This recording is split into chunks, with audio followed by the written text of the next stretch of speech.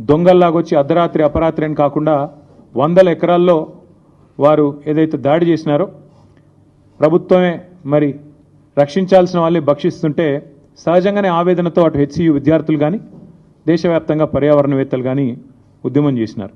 కానీ దీని వెనకాల అసలు రేవంత్ రెడ్డి గారు ఇంత హడావుడి ఇంత హంగామా ఎందుకు చేస్తున్నారు అని మేము ఆరాధిస్తే దీని వెనకాల దాదాపు 10,000 కోట్లను దోచే ఒక భారీ స్కామ్కు వారు తెరదీసినట్టుగా మాకు సమాచారం అందింది. ఒకటి, ఎలాంటి ఎన్వైర్మెంటల్ ఇంపాక్ట్ అసెస్మెంట్ జరగలేదు అని చెప్పి మరి అటవీ శాఖ అనుమతి లేదు, ఎన్వైర్మెంటల్ ఇంపాక్ట్ అసెస్మెంట్ లేదు, ఇంకా ట్రాన్స్ఫర్ కూడా టైటిల్ది పూర్తిగా కాలేదు. అయినప్పటికీ ఫైనాన్షియల్ ఇన్స్టిట్యూషన్స్ని వెంటనే ఆగమేఘాల మీద ప్రభావితం చేసి ప్రభుత్వ అధికారులు మరి మిస్లీడ్ చేసినారా, ముఖ్యమంత్రి వాళ్ళని డైరెక్ట్ చేసినారా తెలియదు, మరి ఒక భారీ ఆర్థిక నేరానికి పాల్పడ్డారు. ఎట్లా చేసినారు ఇది? ముఖ్యమంత్రి గారికి ఒక బీజేపీ ఎంపీ పూర్తి స్థాయిలో వెనుక ఉండి సహకరించి ఒక బ్రోకర్ కంపెనీని తీసుకొచ్చారు. ఆ కంపెనీ పేరు trust investment advisors private limited అనే పేరుకు మర్చెంట్ బ్యాంకర్, బట్ చేసేది బ్రోకరేజ్. వారు ఈ కాన్సెప్ట్ వారికి చెప్పారు, మీకు ఎఫ్ఆర్బిఎంను బైపాస్ చేస్తూ మీకు డబ్బులు తెచ్చిస్తాము, మీరు దానికి గాను మాకు డబ్బులు ఇవ్వండి, ఆ తర్వాత మీ ఇష్టం ఉన్న వాళ్ళకు భూములు అమ్ముకోండి. ఇది ఓవరాల్గా స్కీమ్. దీనిలో అన్ని నిబంధనలు మొత్తం అన్ని చట్టాలు నిబంధనలు సుప్రీంకోర్టు తీర్పులు అన్నిటినీ తుంగలో దొక్కారు. ఆర్బీఐ గైడ్ లైన్స్ను కూడా తుంగలో దొక్కారు. ఈ భూమి ఏదైతే ఉన్నదో ఈ 400 ఎకరాల అడవి భూమి అనే మాట నేను చాలా స్పష్టంగా అటవీ భూమి అనే మాట పూర్తిగా ఉన్న అవగాహనతో మాట్లాడుతున్నా. అది కూడా చాలా స్పష్టంగా సుప్రీంకోర్టు తీర్పుల ఆధారంగా మాట్లాడుతూ ఉన్నాను. ఎందుకంటే నిన్న హరీష్ రావు గారు మీకు చెప్పారు, మీరు చూశారు. సుప్రీంకోర్టు 1996లోనే అంటే దాదాపు 30 ఏళ్ల కిందటనే స్పష్టమైన తీర్పు ఇచ్చింది.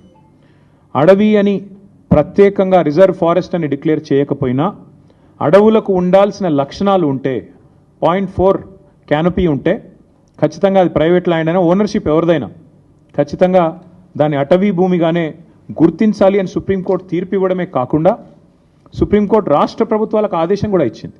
ఏమని? మీ దగ్గర సుప్రీంకోర్టు తీర్పుకు అనుకూలంగా ఓనర్షిప్ ఎవరిదున్నా అట్లాంటి భూములు ఎక్కడెక్కడ ఉన్నాయి లెక్క తీయండి, దాన్ని రిజర్వ్ ఫారెస్ట్గా ఆల్రెడీ డిక్లేర్ చేసి ఉన్నా చేయకపోయినా ఆ లిస్టు మాకు పంపించండి అంటే ఇక్కడ కూడా మన తెలంగాణ ప్రభుత్వం కూడా రేవంత్ రెడ్డి ప్రభుత్వం కూడా సుప్రీంకోర్టు ఆదేశాలకు అనుగుణంగా ఒక కమిటీని కూడా ఏర్పాటు చేసింది ఆ స్థలాలను గుర్తించడానికి. అందుకే 0.4 క్యానపీ ఉన్న ఈ భూమి ఖచ్చితంగా అటవీ భూమి. మీరు చూస్తారు సుప్రీంకోర్టు ఆల్రెడీ దాన్ని అటవీ భూమిగానే చెప్పింది. మన జస్టిస్ గవాయ్ గారు కూడా చెప్పారు. ఫారెస్ట్ కన్జర్వేషన్ యాక్ట్ 1980 ప్రకారం రేవంత్ రెడ్డి గారు చేసిన అతిపెద్ద ఫైనాన్షియల్ ఫ్రాడ్ ఏంటి అంటే ఒక అటవీ భూమిని ఇవాళ తాకట్టు పెట్టడం లేదా అమ్మడం ఆ అధికారం గవర్నమెంట్ కూడా లేదు. ఆర్బీఐ గైడ్ లైన్స్ను కూడా తుంగలో దొక్కారు. ఎట్లా? I will explain to you. ఈ ట్రస్ట్ ఇన్వెస్ట్మెంట్ అడ్వైజర్ అనే కంపెనీ వారికి రాష్ట్ర ప్రభుత్వం ఇప్పటికే 170 కోట్లు, దాదాపు 170 కోట్లు, 169 కోట్ల చిల్లర వారు ఇప్పటికే లంచం రూపంలో చెల్లించారు. వాళ్ళు సరే దాన్ని కమిషన్ అంటారు, నేనైతే పక్కా చేసింది నేరం కాబట్టి లంచమనే అంటున్నా. ఆ ట్రస్ట్ ఇన్వెస్ట్మెంట్ అడ్వైజర్ వాళ్ళు ఇంకొక ఫైనాన్షియల్ అడ్వైజరీ సర్వీసెస్ ఫామ్ని ముంగట పెట్టారు.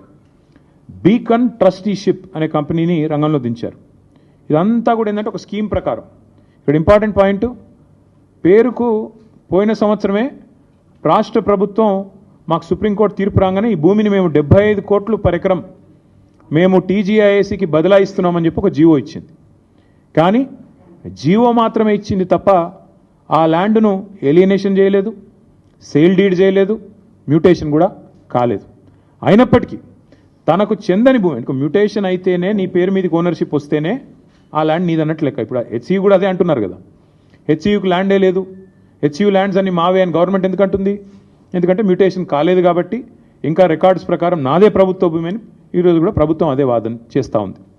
ఇవాళ ఇక్కడ కూడా అక్షరాల అదే జరిగింది. జనరల్గా ఇప్పుడు ఉదాహరణకి మీరు ఎవరైనా సరే వ్యక్తిగతంగా మనం ఒక ప్రాపర్టీ, మనకు ఒక ఇల్లో ఫ్లాట్ ఉందనుకోండి లేదా ఒక ప్లాట్ ఉందనుకోండి, దాన్ని మీరు దాని మీద లోన్ తీసుకోవాలనుకుంటున్నారు తనఖా పెట్టి. జనరల్గా ప్రాసెస్ ఏముంటుంది? ఆ ఏరియాలో మీరు ఫలానా ఏరియాలో మీకు ఒక ఫ్లాట్ ఉంది, దాని యొక్క రిజిస్టర్డ్ వాల్యూ ఎంత, మీరు రిజిస్టర్ చేసుకున్నప్పుడు ప్రభుత్వానికి ఏ రిజిస్ట్రేషన్ రేట్ ప్రకారం మీరు డబ్బులు కట్టారు, స్టాంప్ డ్యూటీ ఎంత కట్టారు, దాన్ని బట్టి రిజిస్టర్డ్ వాల్యూ ఎంత. కాకపోతే జనరల్గా ఏముంటుంది, రిజిస్టర్డ్ వాల్యూకి జనరల్గా మార్కెట్ వాల్యూకి ఉండే కొంత అంతరం ఉంటుంది. ఆ మార్కెట్ వాల్యూ ఎంత దాన్ని బేస్ చేసుకొని మీకు అల్టిమేట్గా లోను ఇస్తారు. ఎందుకంటే దాన్ని తనఖా పెట్టుకోనో లేకపోతే దాన్ని గ్యారంటీ కింద పెట్టుకొని మీకు ఇస్తారు. ఇక్కడ ఏం జరిగింది ఈ విషయంలో, ఒకటి కాదు రెండు కాదు, అన్నిటినీ తుంగలో దొక్కుతూ ఈ ఫారెస్ట్ యాక్ట్ కానీ ఇందాక నేను చెప్పినట్టు అసలు ఓనర్షిప్ లేదన్న విషయం పక్కన పెట్టి TGIAC has no ownership of the land. TGIAC ఓ పేరుకు ఒక జీవో ఇచ్చారు తప్ప ఇంతవరకు సేల్ డీడ్ కాలేదు, ఎలినేషన్ కాలేదు, మ్యూటేషన్ కాలేదు. TGIAC is not the owner of the land. కానీ ఆ ల్యాండ్ను టీజీఐఏసీ, ఇక్కడ నేను ఊరికనేది మాట్లాడట్లేదు, this is the stamps and registrations department statement of encumbrance. ఏదైతే రేవంత్ రెడ్డి గారి ప్రభుత్వం ఈ భూములు తనవి కాకపోయినప్పటికీ ఏదైతే టీజీఐఏసీ ఆ బీకన్ అనే కంపెనీకి రాసిచ్చేసిందో దానికి సంబంధించిన వివరాలు. ఈసీ ఎన్కంబరెన్స్ మీరు కూడా దొరుకుతుంది, ఆన్లైన్ వెతికితే మీకు కూడా వెంటనే దొరుకుతుంది. తనది కాదు భూమి, కేవలం జీవో ఉంది తప్ప ఈరోజు వరకు సేల్ డీడ్ కాలేదు, మ్యూటేషన్ కాలేదు. అయినా తనది కాని భూమిని తాకట్టు పెట్టి టీజీఐఏసీ ముఖ్యమంత్రి గారు అదేదో వారెవరో బ్రోకర్ సంస్థ చెప్పిన దాన్ని పట్టుకొని పెట్టేసినారు. పెట్టేస్తే జనరల్గా ఏమవుతుంది, లోన్ ప్రాసెస్ స్టార్ట్ అయ్యేటప్పుడు 3-4 విషయాలు చూసుకుంటారు. ఏ బ్యాంక్ అయినా కూడా ఏం చూస్తారు, మార్కెట్ వాల్యూ ఎంత, రిజిస్ట్రేషన్ వాల్యూ ఎంత, ఇది ఒకవేళ నేను లోన్ ఇస్తే మళ్ళీ తిరిగి నాకు పైసలు వస్తాయా, ఇవన్నీ చూసుకొనే ఇస్తారు. కానీ ఇక్కడేం జరిగింది, అసలు ఈ భూమికి యాజమాన్య పత్రాలు లేవు, రిజిస్ట్రేషన్ డాక్యుమెంట్ లేదు. That itself is a big crime. First టీజీఐఏసీని, ఇండస్ట్రీస్ డిపార్ట్మెంట్ని, ఇండస్ట్రీస్ సెక్రటరీని జైల్లో వేసేంత పవర్ఫుల్ ఎవిడెన్స్ ఇక్కడే ఉంది. నీది కాని భూమి నువ్వు ఎట్లా అమ్ముతావు అసలు? ఇప్పుడు రంగారావు గారి భూమి లేదా ఆయనకు ఫ్లాట్ ఉంది, నేను తనఖా పెట్టి తీసుకున్నాను అనుకోండి డబ్బులు. ఫస్ట్ ఆఫ్ ఆల్ ఎవడన్నా ఇస్తే వాడిది తప్పే అవుతుంది, నాది కూడా తప్పే అవుతుంది. ఆయన నాది కాని దాన్ని తీసుకుపోయి నేను పెడితే నాది తప్పే, ఇచ్చే ఇన్స్టిట్యూషన్ కూడా తప్పే అవుతుంది.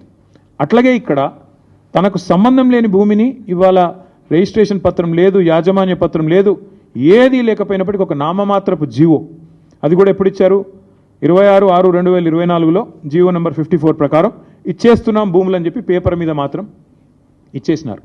పేపర్ మీద తప్ప తర్వాత ఫాలో అప్ లేదు, సేల్ డీడ్ లేదు, రిజిస్ట్రేషన్ లేదు, మ్యూటేషన్ లేదు, ఏది జరగలేదు.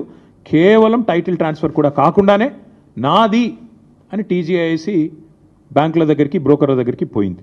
That is the biggest crime number 1.